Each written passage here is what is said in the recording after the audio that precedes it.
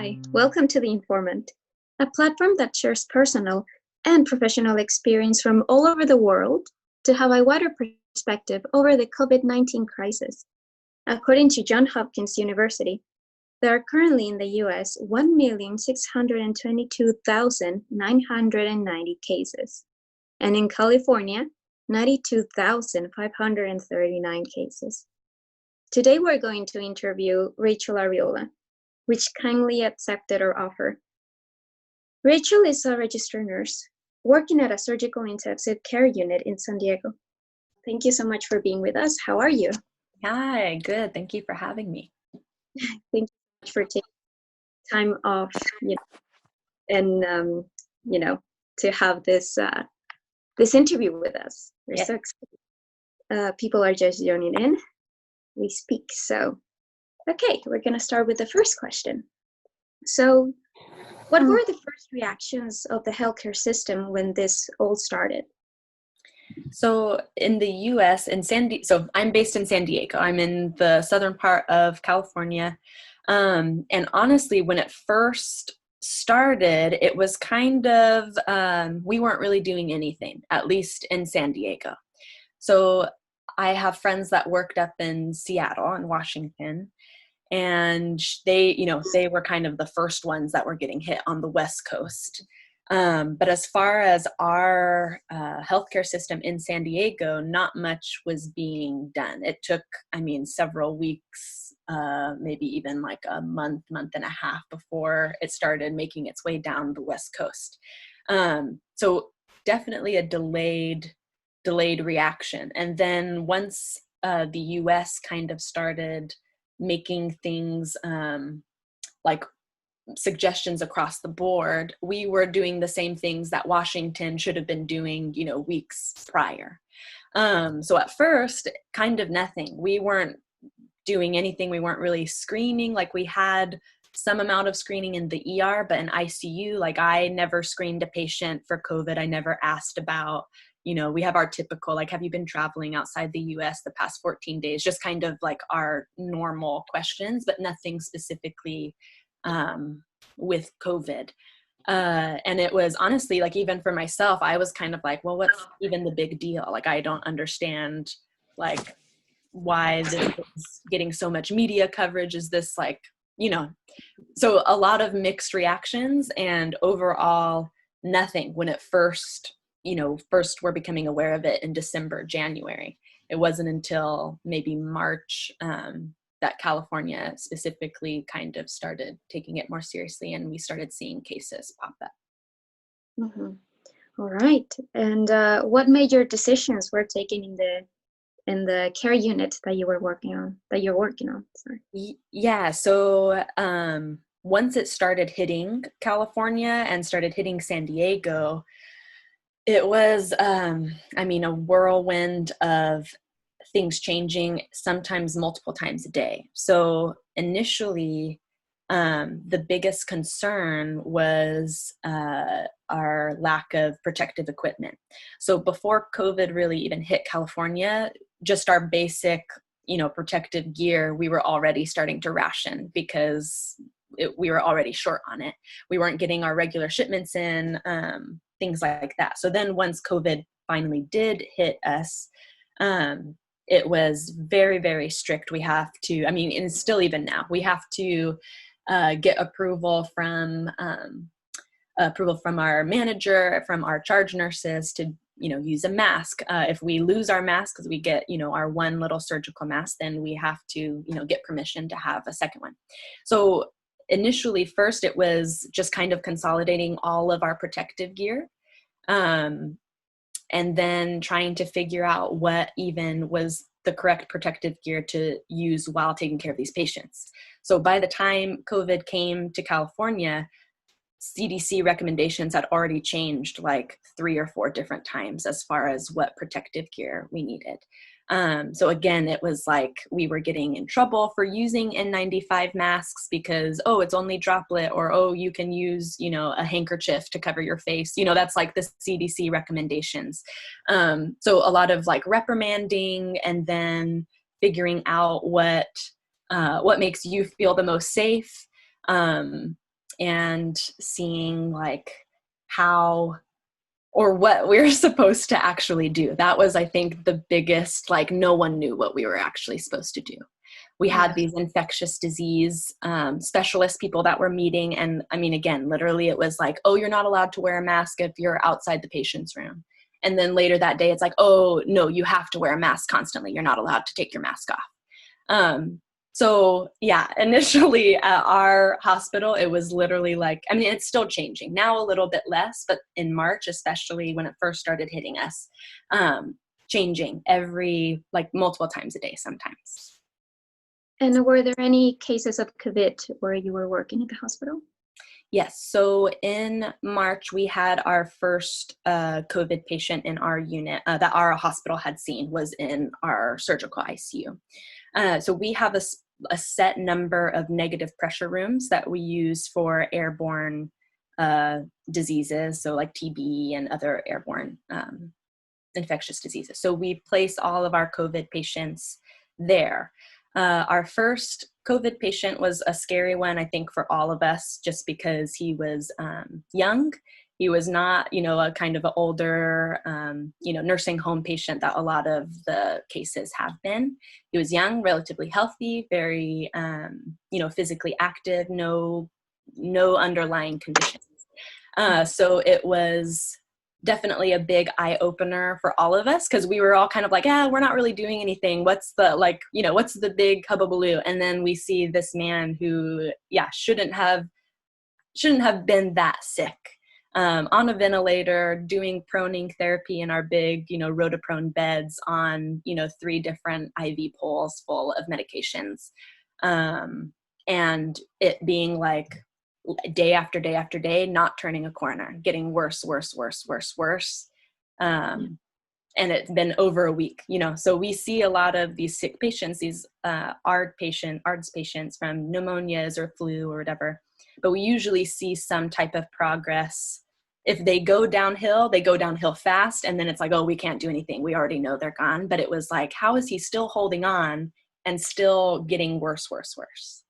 Yeah. So that was, and he was kind of honestly like our guinea pig as far as like, okay, so how are we going to do our protective equipment? How are we going to isolate him? How are we going to set the standard? Because at that point we didn't have a standard, and the CDC kind of provided a poor mixed signal of what the standard should be. It felt like there wasn't really a national standard. So we were kind of coming up with our own standards of how to deal with COVID patients. So the beginning, very interesting, our first patient.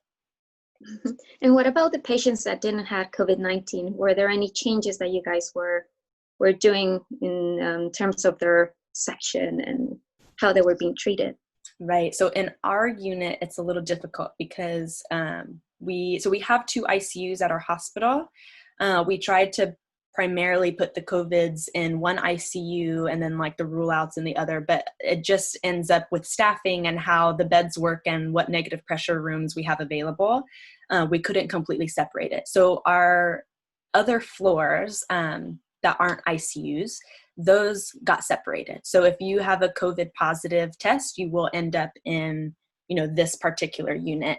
And if you are a COVID negative, you're immediately moved. So if you were initially positive and then turned negative, you would be moving. If you had, never tested positive, you would be in a completely separate unit. On my unit, however, it's a little more difficult just because there are patients that are critically ill and are not COVID positive. So we had them on the same unit. Again, we have our special like negative pressure rooms that we would try and keep the COVID patients in.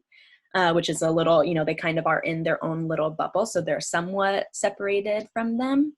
And then we'd also try the best we can to staff the nurses. If you're going to take care of the COVID patients, you're only in the COVID rooms. You're not, taking care of a non-COVID patient. And what were the most difficult challenges when treating severe cases of COVID-19 in your unit? Yeah. So, again, we're in San Diego. And so the number of cases, I think even just like this past week, it's somewhere around like 6,500. So it's not, it's not someplace like New York or even LA, just a couple hours north, they have like 44,000 cases, So we haven't had issues with like not having enough rooms or not having enough nurses or not having enough ventilators. So none of the big problems that New York was facing or anything like that. I think it's just the fact that the disease is so new and unknown that we're kind of, again, it's like amazing teamwork and trying to be flexible with each other and trying to like bounce ideas off each other and figure out how to take care of these just very, very sick patients. So a lot of learning, a lot of close working with the infectious disease doctors, which has been interesting. I'm sure lots of people have seen lots of videos going around about, different doctors interviewing about like, like there's this one New York doctor talking about the oxygen, they'll be very low on their oxygen, but the rest of their vitals and everything are kind of stable. And so are we intubating them too soon? Are we, all these things that are kind of like, no one knows. There doesn't seem to be like a set picture of how like one person progresses. So that I think is just hard. Usually with someone who is critically ill, like you have some idea of what is causing something. And then if something goes wrong or we're not sure why this is happening, we have like our set things we investigate. But with COVID, it's been like, we don't know, or it's the virus, causing this huge inflammatory response. And we're trying everything we can. We're trying these new drugs that, people are doing trials on. We're trying convalescent plasma. We're trying rotaprone therapy. We're trying all these different things. And sometimes, they work. And then sometimes nothing we do is making anything better. So I think the biggest challenge is just that of trying to figure out like how to manage these patients. What things work with some patients, and then you try the same thing and it doesn't work for other patients. So I think that's like the biggest challenge of just even managing the patient themselves is like your normal way of doing things doesn't feel like it's showing consistent results. And so what protocol of treatment has been the most successful when treating severe cases of COVID-19? So again, it's really hard to say. It honestly feels like it's up to the patient, and it's some patients that we see that have no medical history. They typically do better, even though they get so sick that you don't think they're going to make it, but then they somehow like recover. They all of a sudden like turn a corner. But then others that do have medical history that you're like, oh, I don't know if they're going to make it. And then somehow they make it. So the latest thing that we've been doing and trialing is this convalescent plasma. So taking plasma from patients that have successfully recovered from COVID-19. So plasma that has the antibodies for COVID. And that has so far we've only done it a handful of times. So maybe like 4 or 5 patients. And the earlier we have done that, the more successful it's been. So the first time we did it was on someone who had been on the ventilator already like 2 weeks. And was just, it was kind of like our last attempt of doing something, but it seems the earlier that we do that, we've seen better results. We've also done trials with like the hydroxychloroquine when that was first suggested. So now they're kind of have stopped all of that. But our first COVID patient that I was telling you about, our first one, he was on the hydroxychloroquine as well as an IL-6 inhibitor. He started having liver problems. His liver was reacting to it. And so we had to kind of stop, not do the full treatment. We also did azithromycin, like that whole little package that we were first trialing. And he ended up recovering and making it home and having a good recovery.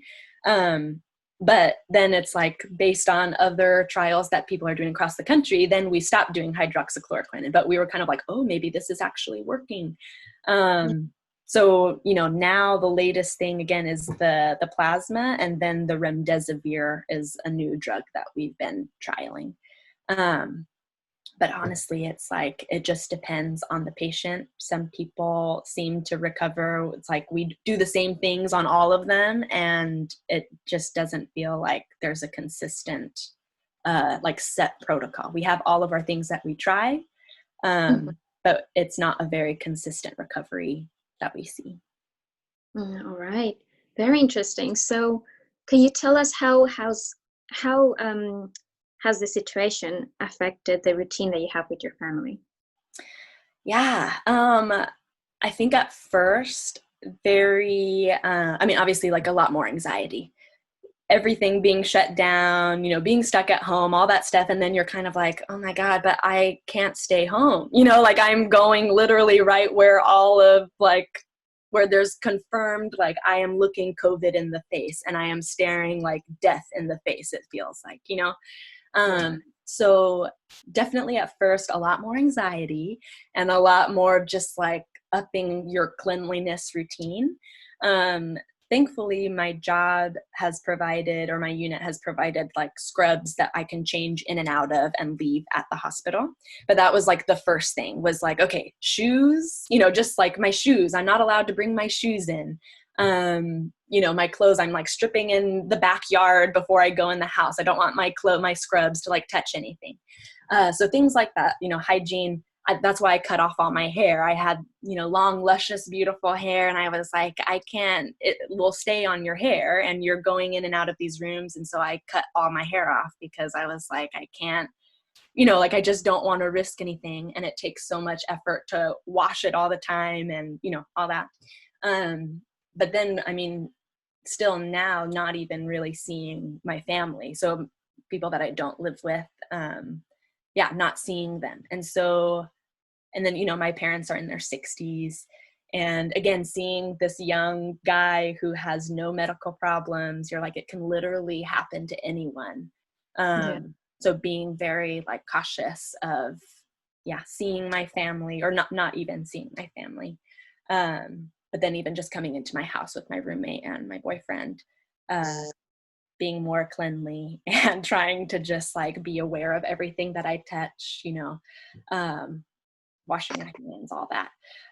But yeah, definitely stressful. And there have been some scares. I was quarantined for 2 weeks because I had a fever and I got sick. And so separating yourself when that thing happens, and just not knowing, anytime you feel a tickle in your throat, you're like, oh my God, am I spreading COVID to everyone? All those types of things. But yeah, definitely isolating, and then just being very conscious and aware and more cleanly. Wow. Well, there are a few doctors in the chat here. So, what advice would you give to your fellow colleagues fighting the coronavirus in other countries? I honestly feel that the biggest thing is watching out for each other, and looking out for each other, being conscious of what the other is doing. So we have like a little buddy system whenever we go in the COVID rooms, of just like setting eyes on one another once we're in the room. Just because you don't know what you're accidentally touching, you want to adjust your mask or your goggles or, whatever it is. And so, whether or not, like what protective equipment that you have or whatever protocols you have to protect yourself, I think the biggest thing is being aware of, just of looking out for one another, making sure that you're being safe as you can be, minimizing, if you can, minimizing your exposure time. And I feel like that has been the most possible, like when you have a team to work with. Again, these patients have been frustrating to take care of, and it doesn't seem like there's a set thing that like, okay, if you follow this, they're going to recover and they're going to be okay. So to kind of combat that, to at least be consistent and to have a good team spirit with your coworkers and be looking out for one another. Okay, well, thank you so much. And just to almost finish off, are there any organizations or projects that aim to help the healthcare system right now that you would like to share with us? Yeah, so specifically with the healthcare system, I was trying to find something that was more global, but everything kind of depends on where you are. So most hospitals now are taking donations, like if you have protective equipment, that some people get a batch of like N95s from wherever, like their work, if you're in manufacturing or something. So donating things like N95s that we're still short on. So finding your local hospital, and figuring out what they need or if they're accepting donations. But if you don't have anything to donate, you can just donate money if they're a not-for-profit hospital. Donating money they'll use for a fund for protective gear and, for the running of everything. Some other things, I have some links to share in the little chat here. Other options too, if you're specifically wanting to help your hospitals, your nurses, doctors, respiratory therapists, all of them. We love food. Like that has been one of the things that has been like so awesome that San Diego has done. There have been a lot of restaurants that have just been like donating us lunch. So reaching out to your hospital or families, that will like contact and just cater, for lunch. Contact your hospital, see, whatever department, tell them, oh, I want, whatever COVID unit you have, like I want to buy everyone sandwiches or something. That makes it feel like the community is kind of around you, even though you can't really like see them. But the fact that people think of like just providing you food, a meal, is really special. But other things, in San Diego specifically, we have the Otay Mesa Detention Center that has a really big outbreak right now of COVID-19. So I have a little organization here that you can donate money to, which is will help with like the ones that they are letting go home, transportation costs, or even medical costs, soap costs, just things for them to have money to buy, just things to be cleanly. I also am going to put in a link for nokidhungry.org. So specific like coronavirus little thing that they're doing for kids around the US specifically. So I'll put in those two. And then the other one is just Doctors Without Borders. They're a great company or organization that are doing a lot of good work, but especially with the coronavirus that is hitting everywhere. So there are a couple of links, just donating to them. They're all great organizations. Oh, thank you for sharing all this information with us. Like, it's very useful. Thank you. Yeah. So now we're going to go to another section. We're going to accept questions from the participants. So if anyone has a question, you can write it on the chat. In the meantime, I'm going to share some of the questions that people have shared with us on our Instagram and social media. So if you guys have any question, please write it down on the chat. Meanwhile, I'm going to start with some questions. So they're asking, how long are your shifts? So 12 and a half hours is the basic length, depending on how the patients, sometimes things happen at change of shift that you can't get away from, so you end up staying over. But basic is, 7 to 7:30. Right, and during your lunch break, do you have separate rooms to eat, or how do you guys do that procedure? So we have one little break room. So we have been joking like, oh, you're supposed to be 6 feet apart from everyone, but in the hospital it's 6 inches. So you're in the hospital. It's like, the social distancing, none of that seems to really happen. But we have one break room that we all kind of are in at the beginning of the shift, and then for lunches we have like 2 or 3 nurses that cover the lunches, our resource nurses. So we have one little break room, and there's maybe like 1 or 2 or 3 of us at the most in there at the same time eating our lunches. All right, okay. And this is a personal question, but they're asking if you're getting paid more now that you're needed more than ever. No. So I know that different hospitals kind of have different incentives, or not even incentives, but like hazard pay. So for us at my hospital, we don't have any type of hazard pay or anything. We're not getting paid extra unless we're working overtime or, what our typical pay would be like. There are some hospitals in San Diego that I know are making it like you earn more vacation hours by working in the COVID units. So you're not getting paid more per hour, but you're at least like earning more vacation time. You know, once vacations are a thing again, you have more time to spend those hours on. But yeah, for me at our hospital, no, we are not getting any hazard pay. Okay, so Marcella on the chat, she's asking, if you know someone who fears they might have symptoms of COVID, where can you point them to, or where would you go yourself? Yeah, so San Diego specifically now is trying to make it possible for anyone with symptoms to get tested and for it to be free with your insurance. If you don't have insurance, I'm not entirely sure. I'm not sure what the process would be. The little clinic that I go to that's down the street, when I had a scare that I thought that I was having COVID, I got a fever and sore throat and all that stuff. It's like a video chat thing. It's Perlman Clinic. But looking at whatever urgent care or whatever doctor's office you normally go to, calling them first and seeing what their take is on it. Because most of the time, or now, San Diego is trying to make it accessible for anyone having any type of symptoms, that they're just going to go ahead and test you. At the beginning of all this, they were being a lot more, they weren't testing everyone, or they only saved it for people who were like guaranteed exposed to COVID. But most places now should be able to, if you just call your doctor or call the urgent care and tell them what symptoms you're having, they should be able to get you tested. Right.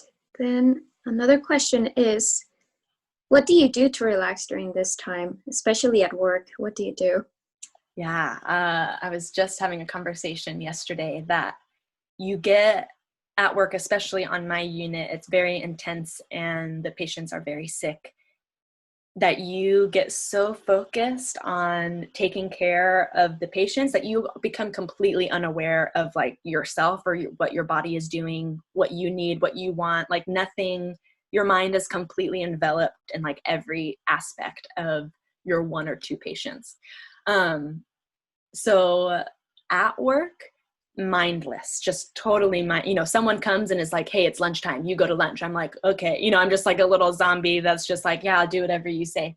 And then you go and mindlessly eat lunch in 30 minutes and then you're back on the floor and whatever. So at work, I would probably say like on my breaks, just scrolling through like dog videos on Instagram or something, where you're just like looking at cute little dog videos. So just something very mindless that doesn't take a lot of emotional energy, that you're just like passively doing. And then coming home, being like off of work, I've been doing a lot of reading, exercising, gardening, but even that sometimes like has taken some time to get into, because at first, especially, it was such a nerve-wracking thing, or you're just so caught up still at work that it was hard to disconnect and kind of like feel like a normal person. But yeah, doing all the basic, like getting enough sleep, making sure you're eating, doing something that is fun. But yeah, at work, when you don't have much time and you're just trying to get a quick release, definitely dog videos on Instagram. Yeah, those really help. One last question here, and we're going to take one last question in the participant chat. So if anyone wants to write any questions, feel free. So let's see. How long do you take to sanitize or decontaminate yourself after work? Yeah, so we have these Oxivir wipes, which is a, oh my gosh, what is it called? I'm trying to think of, it's not like rubbing alcohol. Sometimes you can have it in your medicine cabinet. Hydrogen peroxide. It's basically a hydrogen peroxide type of wipe. So the kill time is 1 minute, the wet time, kill time, and it is effective against COVID-19. So in the locker room, I have, my hospital scrubs that I have on. In my little locker, I have my sandals and my normal clothes. So the whole process maybe takes like 10 minutes just to like carefully change and like try and not get things to touch other things, or like putting my work shoes in my little work shoe bag, and then scrubbing down my phone, scrubbing down my badge, scrubbing down my pen, scrubbing everything that I've touched in the special wipes. So probably like 10 minutes total to get out of the hospital.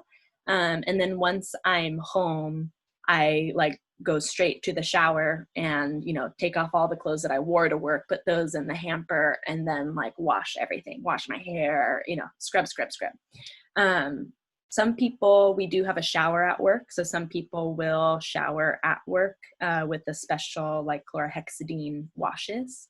I don't do that just because it takes like a really long time, and I end up changing at work anyway and then showering at home. But some people will take, probably like a 20-30 minute process to wipe down everything they have brought in, and then also to shower at work. Wow, well, thank you so much for joining us. Like it's been great for you to share your experience. Definitely now we feel, personally, I feel that everything is clearer. I feel like more calm. So thank you so much for sharing all this information. Yeah, absolutely. So thank you everyone for joining us, and there's going to be more episodes like this in the future. So stay tuned, and thank you so much again for Rachel for joining us. Awesome, thanks.